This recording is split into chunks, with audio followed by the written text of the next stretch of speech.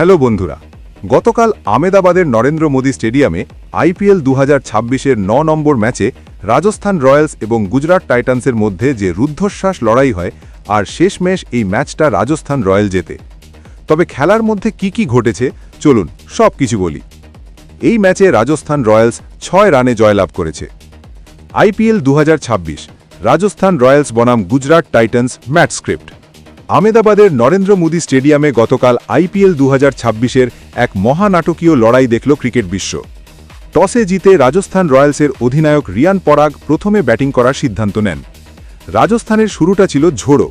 দুই ওপেনার যশস্বী জয়সওয়াল এবং তরুণ বৈভব সূর্যবংশী পাওয়ার প্লেতেই স্কোরবোর্ডে 69 রান যোগ করেন।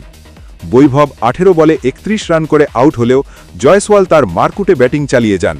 তিনি 36 বলে 55 রানের একটি চমৎকার ইনিংস খেলেন, যেখানে ছিল 6টি 4 ও 3টি ছক্কা। মাঝপথে রিয়ান পরাগ এবং সিমরন হেটমায়ের দ্রুত বিদায় নিলেও হাল ধরেন ধ্রুব জুরেল এদিন খুনে মেজাজে ব্যাটিং করে গুজরাটের বোলারদের দিশেহারা করে দেন। তিনি মাত্র 42 বলে 75 রানের বিধ্বংসী ইনিংস খেলেন, যাতে ছিল 5টি 4 এবং 5টি বিশাল ছক্কা। শেষ পর্যন্ত রাজস্থান রয়্যালস 200 ওভারে 6 উইকেট হারিয়ে 211 রানের বিশাল পাহাড় গড়ে। গুজরাটের হয়ে কাগিসো রাবাদা 4 ওভারে 42 রান দিয়ে 2টি উইকেট নেন। এছাড়া রশিদ খান, অশোক শর্মা এবং মোহাম্মদ সিরাজ 1টি করে উইকেট পান। 211 রানের বিশাল লক্ষ্য তাড়া করতে নেমে গুজরাট টাইটান্সের নিয়মিত অধিনায়ক শুভমান গিলের অনুপস্থিতিতে দলের হাল ধরেন সাই সুদর্শন। ওপেনিংয়ে কুমার কুশাগ্রকে নিয়ে তিনি শুরুটা ভালোই করেছিলেন। কুশাগ্র 14 বলে 18 রান করে রিয়ান পরাগের বলে আউট হন। তবে সাই সুদর্শন এক প্রান্ত আগলে রেখে দুর্দান্ত ব্যাটিং করেন। তিনি 44 বলে 73 রানের একটি লড়াকু ইনিংস খেলেন, যাতে ছিল 9টি 4 এবং 3টি ছক্কা। ম্যাচের মোড় ঘুরে যায় যখন ইম্প্যাক্ট প্লেয়ার হিসাবে রবি বিষ্ণই বোলিংয়ে আসেন। বিষ্ণই তার ঘূর্ণি জাদুতে গুজরাটের মিডল অর্ডার ধসিয়ে দেন। তিনি 4 ওভারে 41 রান দিয়ে 4টি গুরুত্বপূর্ণ উইকেট অর্থাৎ সুদর্শন, ফিলিপস, সুন্দর এবং তেওয়াটিয়া শিকার করেন।